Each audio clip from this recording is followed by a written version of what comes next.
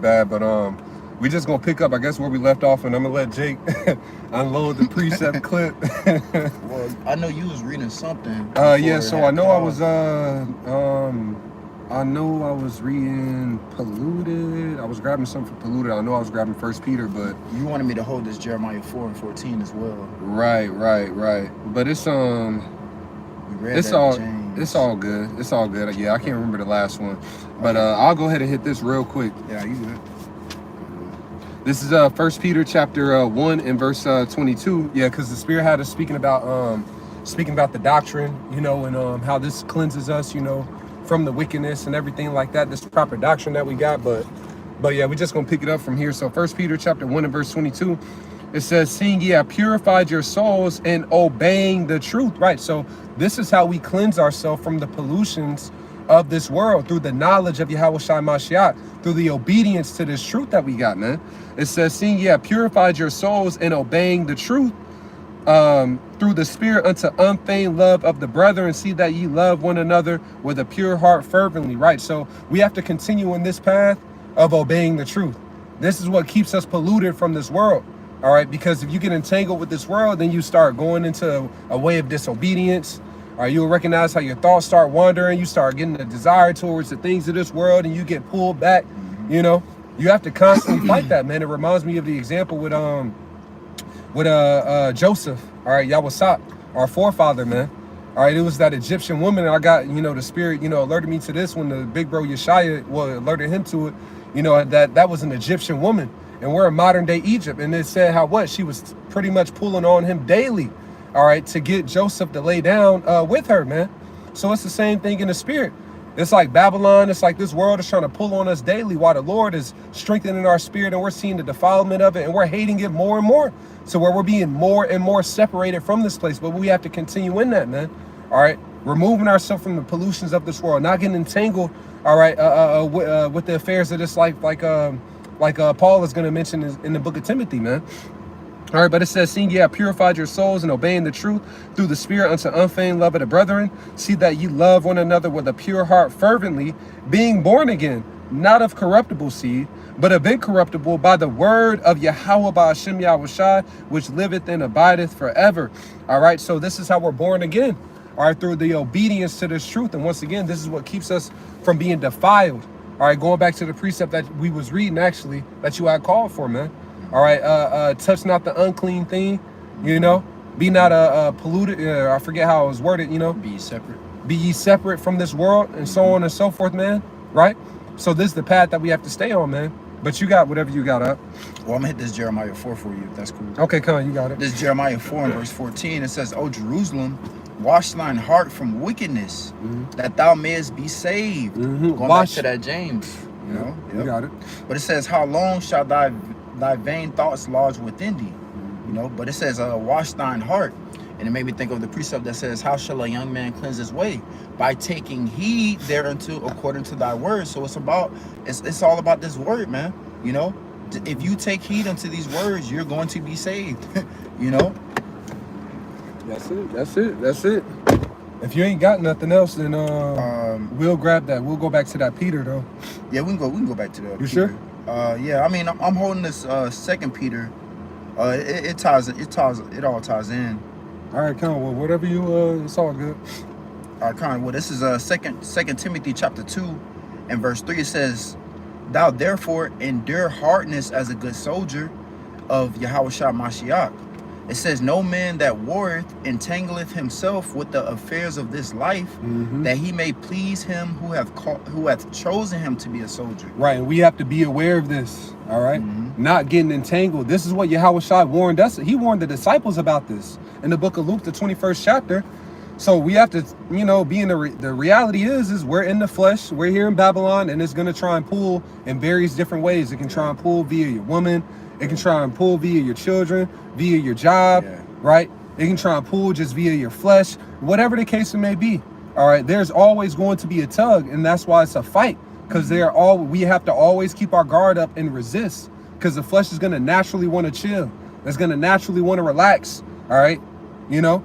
So the spirit, we have to make sure that our spirit is ruling. All right, rather than the flesh, man. Because you get entangled, you get back in that pollution. Going back to that 2 Peter, it says, man, the latter end of that nigga is going to be worse. All right? And then he that kneweth his father's will and did it not, he shall be beaten with many stripes. I'll pass on the smoke, man. All right? You know, I don't want no smoke from Yahweh Shem Yahweh Shah, man. But, man, I had one that I was going to grab. I had mentioned that Peter. Oh, no, what Yahweh Shah said in the book of Luke, the 21st chapter. Yeah. All right, this is Luke chapter 21 and verse 34. And take heed to yourselves, lest at any time your hearts be overcharged, meaning weighed down, right? With surfeiting, that's over excess. All right, in Babylon, you got the ability to fulfill your flesh to whatever desire to any extent. All right, you know, to any extent. You can go all out if you can go all out in the flesh, you know what I'm saying, with no boundaries, no restrictions. That's crazy. You know what I'm saying? You can just go dive head in the flesh. All right, you know. So Yahweh Shah is like, look, man, take heed. Make sure that your heart, your mind doesn't get overcharged, weighed down with the surfeiting over excess. Be balanced with surfeiting, drunkenness, all right, and the cares of this life. You know, it says, and take heed to yourselves, lest at any times your hearts be overcharged with surfeiting and drunkenness and cares of this life, and so that day come upon you unawares. For as a snare shall it come on all them that dwell on the face of the whole earth. Watch ye therefore and pray always, that ye may be accounted worthy to escape all these things that shall come to pass and to stand before the Son of Man. So we got to be mindful of this, man. Yahweh Shai ain't tell us this for no reason. All right, there's times where you can get too entangled or too caught up.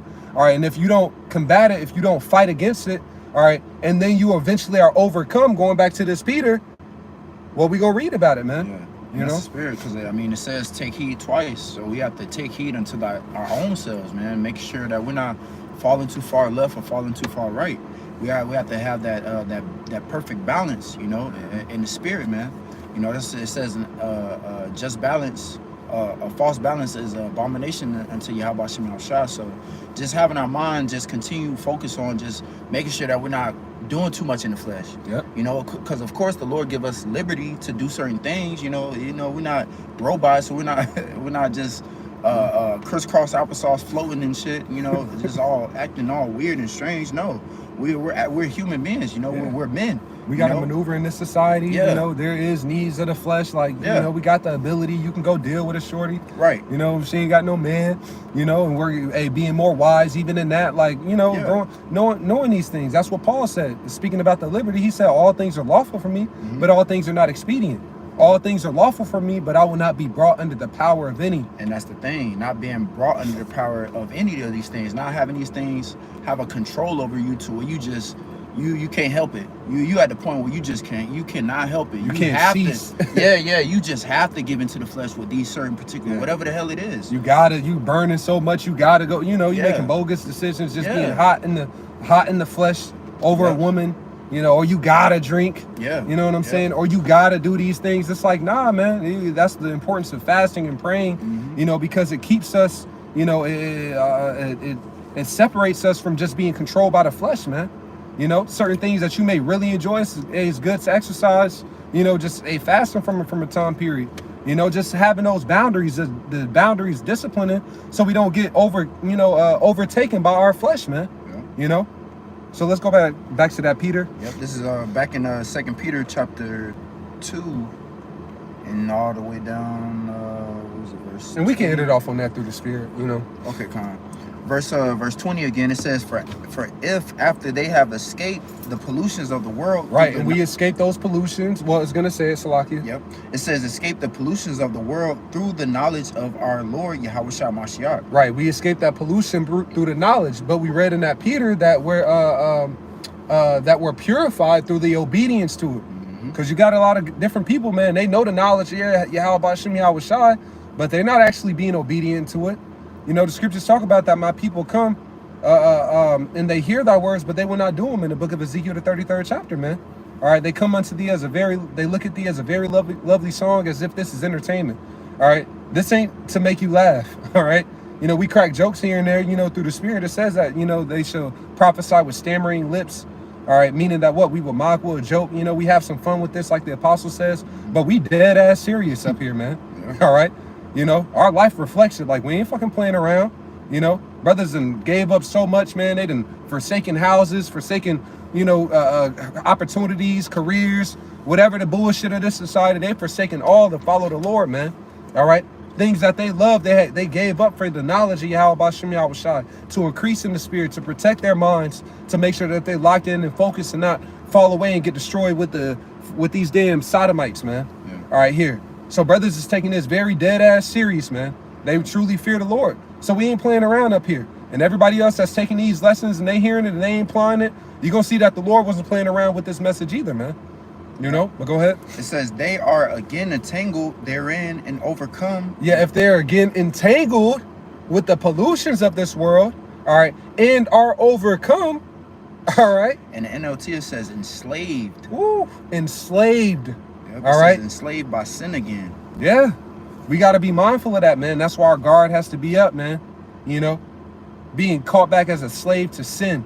Because that's what these niggas, man, different guys that you hear about falling out, man, a lot of the times they was just, their flesh just consumed them.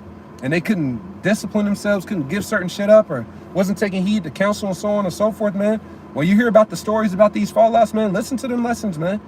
Listen to the pattern that they were going after. Listen to how the men around it was instructing them and they wasn't taking heed, all right? Listen to how they was really, caught up in the world and couldn't break away from it, whatever the case may be, man, all right? And that should give us a warning to be like, oh, I don't want to be like that. Let me make sure I'll be on guard to, let me examine myself. Am I acting like that, nigga? Man, let me examine. Let me, purge myself. Let me make sure I'm not doing that or, going in that same path, man.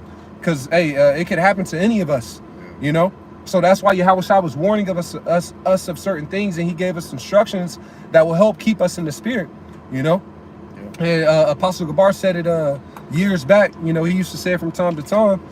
Pretty much the advice, I'm roughly paraphrasing what the apostle had mentioned, but the advice that he would give, man, for longevity in this faith, for longevity in this faith that's being immersed, all right, in this word, head in the book, all right. The scriptures talk about how idleness teaches much wickedness. So if your mind isn't consumed in this, it's going to be consumed in something else, all right. If your mind and attention isn't directed towards this, it's got to be directed to something else. It could be just completely in the flesh, career, job, whatever the case may be. So that's why it's important for us to be immersed or baptized, all right, in this word and this knowledge, man. But you can go ahead. Yep, it says they are again entangled therein and overcome. It says the latter end is worse than them than the beginning. Than the beginning, man. So you thought that nigga was he was a nigga in the world. Then he came out, washed up, but then he went back to it. Oh, bro, he gonna be... he gonna be worse off. And we seen examples, man, of different guys that were worse after they left the truth than what they were before they came in the truth, man. And they're gonna get a worse destruction, man. That's scary. We don't want no smoke with that. It's a fearful thing, man, to fall into the hands of the living power, man. But was that in that, Peter? Yeah, that was in that. Was that in the chapter? Oh, Slakia, nope. I think it was like a verse or two more. Two more verses, Slakia. It says, for it had been better for them not to have, Slakia, it says, for it had been better for them not to have known the way of righteousness than after they have known it to turn from the holy commandment delivered unto them. Yeah, it was better you ain't even know. All right. If you was going to come into it and then go back to the vomit like it's going to go into, man. Go ahead. It says, but it is happened unto them according to the true proverb, the dog is turned to his vomit, his own vomit again. It says, and the soul that was washed to her wallowing in the mire. So imagine that, man. The dog going back to eat its own vomit. You threw up all that nastiness. You got a hatred for it, or should have grown in a hatred for the wickedness. Like, man, I can't believe I used to think like that, reason like that. I did this and I did that, and you looked at it with disgust. But then the next thing you know, you're going back to it. Going back to the pollution, man. All right. That's like a dog going back to his vomit, man. So we got to make sure that we don't get caught up and entangled with these different things and overcome by this world and by the flesh, man. Fight, with all you got spiritually, man. Use your spiritual tools, fasting, praying, being around, men of understanding, The scriptures, remember the scripture says evil communication corrupt good matters, man. Roughly paraphrasing that. So, you know, being, you know, too caught up with the people of this world and so on and so forth, man, that should have an effect on you, on your thoughts, on your reasoning, and on your desire, you know, to where you desire the things of this world more than the, you know, the things that you have about Shem Yahweh Shai in the kingdom, man, you know. But we'll end it right there through the spirit, man. You know, Lord's what I was edifying. We're going to give all praise, honor, and glory to Yahweh, Bahashem, Yahweh Shai, Bahashem, Rakakwadash. Double honors to the elders and apostles of Great Millstone who rule well. Peace and salutations to the hopeful elect, pushing out this word in all sincerity and the truth. With that, we're going to say shalom. Shalom.